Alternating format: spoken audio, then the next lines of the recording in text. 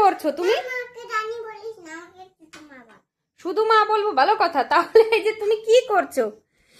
এ ভগবান, এ বাবা, ও রান্নাঘরের থেকে বাসন মাজার ওইটা নিয়ে এসে ওর গিলাস নিয়ে এসেছে, তারপরে খাটের পর এসে গিলাস মাজছে।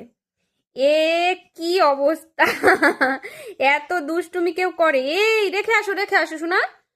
রানী মানুষ না তুমি, এত কাজ করতে আছে? চলো চলো রেখে আসো।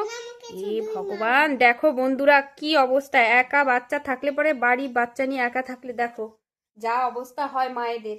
এই যে রান্নাঘরের থেকে বাসন মাজার ওইটা নিয়ে এসে, নিজের গ্লাস নিয়ে এসে, আবার একটু সাবানও আছে বোধহয়, এ বাবা, তাই তো, নিয়ে এসে খাটের পর এসে মাজা শুরু করে দিয়েছে, আমাকে দেখেছে। চলো চলো রেখে আসো। আবার ফ্যাল ফ্যাল করে তাকিয়ে আছে, কিছু যে বলবো বকবো তাও বকার জন্যেই। চলো চলো রেখে আসো, রেখে আসো, চলো।